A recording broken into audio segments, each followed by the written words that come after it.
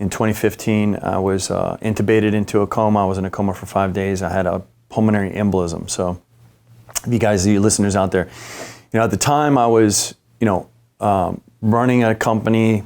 I was traveling all around the world. I'd been to 40 different countries in 3 years. It was super grueling. I was a face of another brand, Dymatize, used to have Brock Lesnar. I was a face of their brand. Just really on the top of what I felt as though future opportunities were going to culminate. Everything was secure finally in my life. Bad relationships, divorces, financial ruin many times over, finally stabilized, finally feel like, dude, I built the foundation of fitness, it's not going to go anywhere. And then boom, end up in the hospital. Pulmonary embolism, in a coma for 5 days.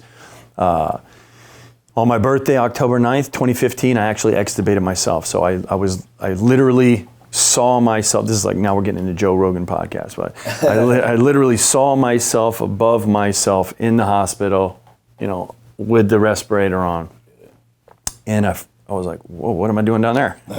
I jumped back in my body and I actually extubated myself and on my birthday, October 9th, 2015.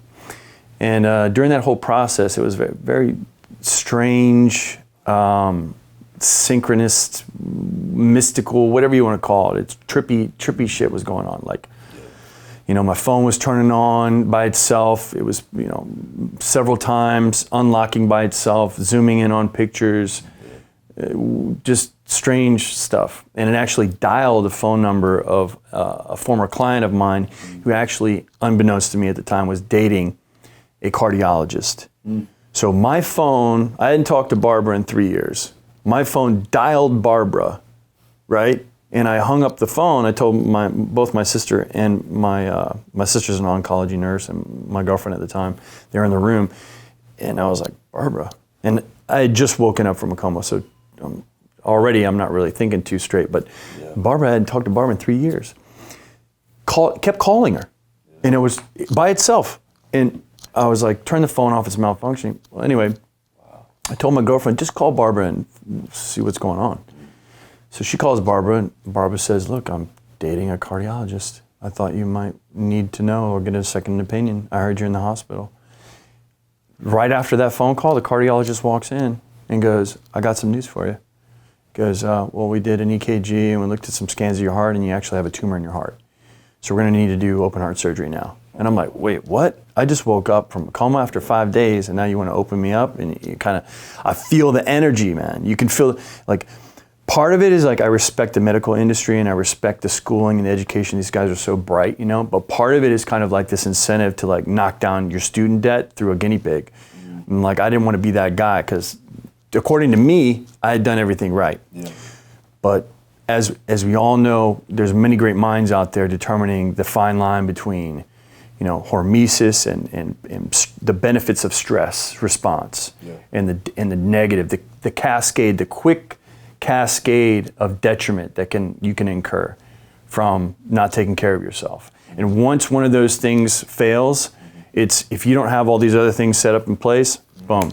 Especially if you're kind of like a loner, I'll do it myself kind of person, which I was at the time.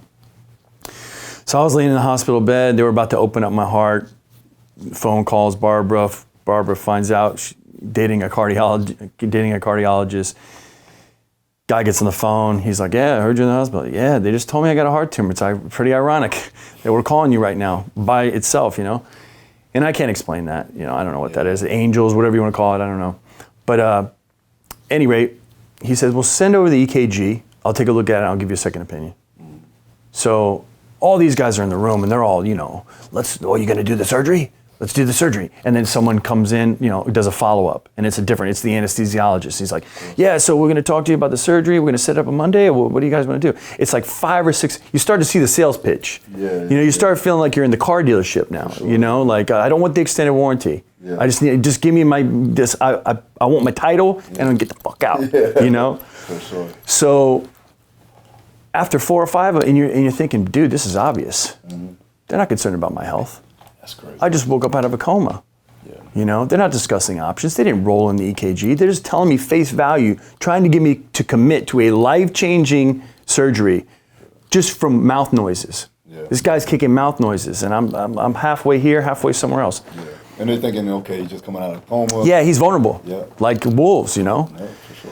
So thank God my sister was there, because she's a nurse. She knows the deal. Informed consent is what you want, my friends. If you ever find yourself in a situation like this, you tell them that I'm not cognitively prepared to, you give me informed consent, but I can't consent to anything right now until I fully understand the circumstances of what's going on.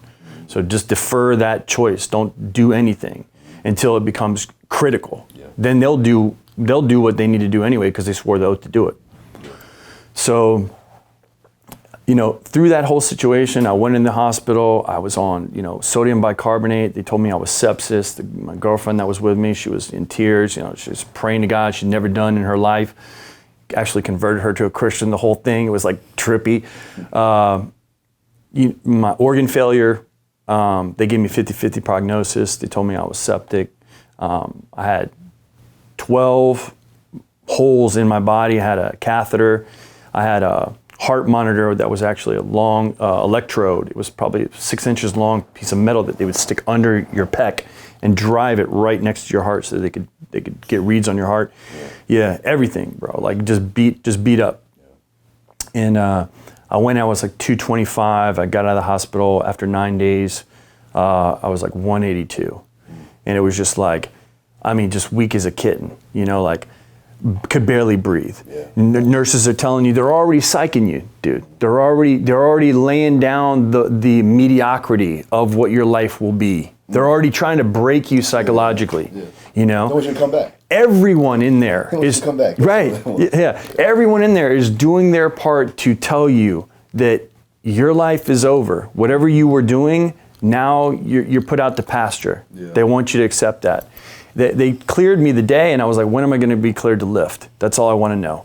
And they were like, lift?